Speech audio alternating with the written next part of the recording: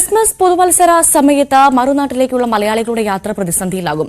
മിക്ക ട്രെയിനുകളിലെയും റിസർവേഷൻ കഴിഞ്ഞു. Bus charge rocket പോലെ ഉയരുകയാണ്. സ്പെഷ്യൽ ട്രെയിനുകളും ബസ്സുകളും സർവീസ് നടത്തുക മാത്രമാണ് ഒരേയൊരു പോംവഴി. ഇതര സംസ്ഥാനങ്ങളിൽ നിന്ന് ക്രിസ്മസിന് നാട്ടിലേക്ക് വരേണ്ടവർ ഏറെയാണ്. ഇപ്പോഴേ ബംഗളൂരു, മൈസൂരു, ചെന്നൈ, ഡൽഹി, മുംബൈ, ഹൈദരാബാദ് തുടങ്ങിയ സ്ഥലങ്ങളിൽ നിന്നുള്ള ട്രെയിനുകളിലൊന്നും ഡിസംബർ 20-ന് ശേഷം ടിക്കറ്റ് ബാക്കിയില്ല. ചെന്നൈ തിരുവനന്തപുരം മെയിലിൽ സ്ലീപ്പറിൽ വെയിറ്റിംഗ് ലിസ്റ്റ് 200-ന് മുകളിലായി. 23-ന് അനന്തപുരിയിൽ 400 കടന്നു. ബംഗളൂരിൽ നിന്നുള്ള ഐലൻഡ്, മൈസൂരു കൊച്ചുവേളി, ഹൈദരാബാദിൽ നിന്നുള്ള ശബരി എക്സ്പ്രസുകളിലും 25-ാം തീയതി വരെ ടിക്കറ്റ് ഇല്ല. കേരളത്തിലെ 2 വന്ദേ ഭാരത് ട്രെയിനുകളിലും ഈ ദിവസങ്ങളിൽ ടിക്കറ്റ് ഇല്ല. സാധാരണഗതിയിൽ ആഘോഷവേളകളിൽ ഉണ്ടാകുന്ന യാത്രാദുരിതം ഇപ്രാവശ്യവും പുതുവത്സരവും ക്രിസ്മസ് പ്രമാണിച്ച് വളരെ നേരത്തെ തന്നെ തുടങ്ങിയിരിക്കുന്നു.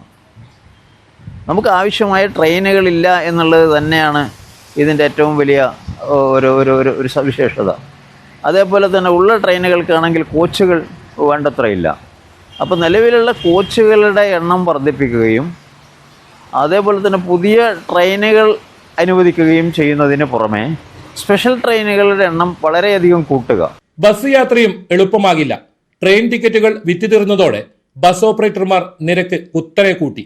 തിരുവനന്തപുരം ബംഗളൂരു ബസ് നിരക്ക് 3500 മുതൽ 5000 വരെ എത്തി. തിരക്ക് കൂടുന്നതോടെ ഇനിയും കൂടും.